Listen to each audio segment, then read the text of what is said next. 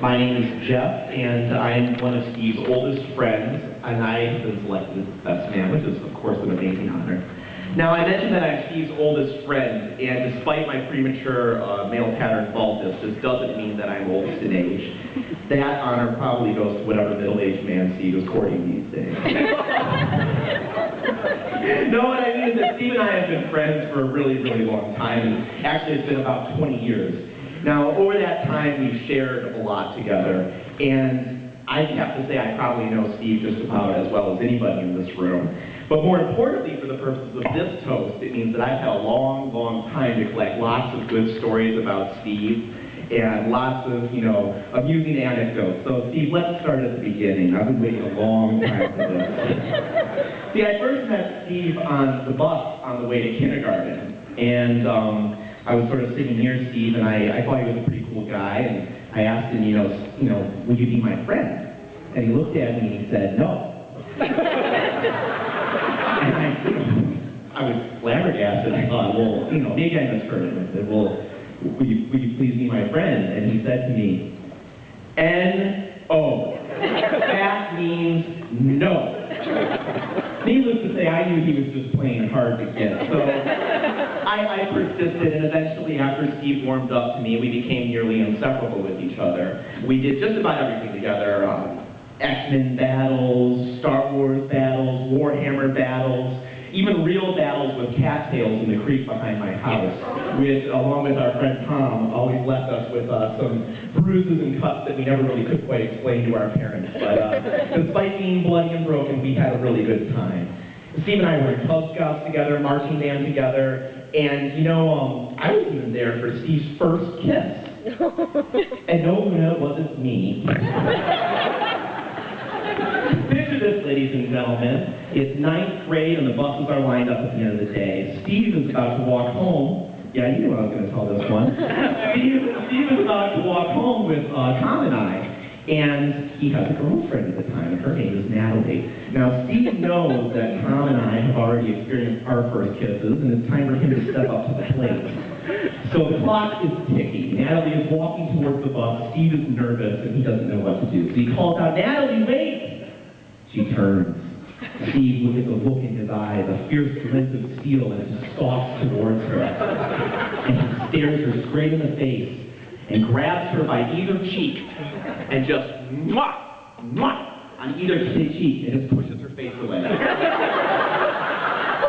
Natalie goes pale. That's right, she's been given the Godfather kiss of death. Now, she's seen enough Scorsese movies to know that she doesn't make it out of this one alive. No, I mean, to be fair to Steve, he was a bit of a late bloomer, and, so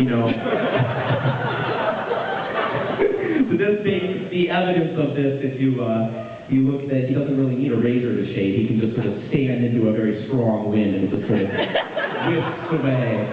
Luna, for your sake, I hope he's gotten a lot better in the romance department. Otherwise, you're in for a very, very long marriage, my dear. Very long night. Well, then along came Luna.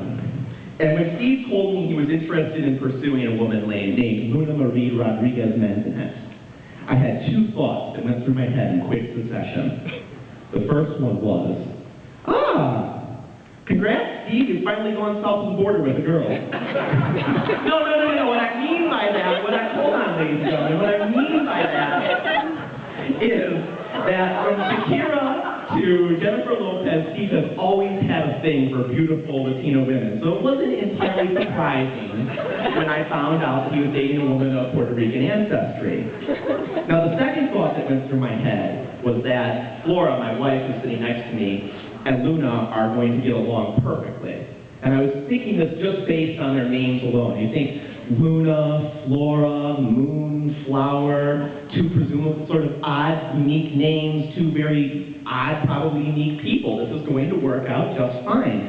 And of course, I wasn't disappointed. An interesting name, of course, led to a very interesting and fascinating person. And my first encounter with Luna was actually several weeks before I met her.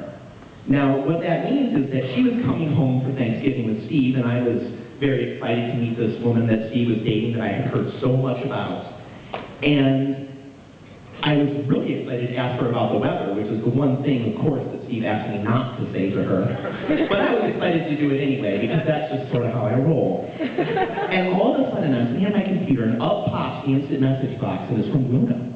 And then I get a Facebook friend request like 2 seconds later. I mean, I didn't know what to say. I was flat-footed. I'm like, she made the first move. She just like took matters into her own hands. What is this feeling? This is what I usually do to people. What is this about? I was flat-footed. I was astonished. I didn't know what to say. And I liked her already. But then I met her dog. For those of you who haven't had the pleasure, Luna has a small Chihuahua named Nova, who you saw in the ceremony. And like Luna, Nova's a bit of a complicated personality. Sometimes she's very warm and affectionate. Other times she sort of sits in the corner of the room glaring at you. Sometimes Luna will greet you with a hug. Other times Nova might try and bite you for no reason. But with both of them, the one thing that's in common is that I'm never quite really sure where I stand with both of them. Do they find my antics amusing, or am I about to get bitten? I never really quite know. Now, see, Steve's a lot easier to deal with. He's a lot like his favorite dog, Ollie. Simple, and he'll roll over on his back for anybody to throw his head All kidding aside, I really love these two. Steve's been like a brother to me since pretty much as long as I can remember. And Luna is quickly becoming the sister that I never asked for or really particularly wanted, but would begrudgingly hug at holidays. No, it's clear when you look at these two together that they love each other fully and unconditionally. And I mean, I've known, as I mentioned, I've known Steve for 20 years, and I know when my best friend is just head over heels and happy, and I've never seen him happier. And I can see why, because Luna is just such a beautiful, interesting, funny person with a kind heart. I mean, it's just, you can see why he has that look in his eyes, because Luna is just so wonderful. And as Steve's best friend, I have to say that there's really no better feeling than seeing your best friend marry somebody who's just so wonderful too. And so, please, ladies and gentlemen, will you raise your glass with me and join me in congratulating these two on a life together, and join me in wishing them a happy life, a long life, and beautiful memories to come. Cheers, you two.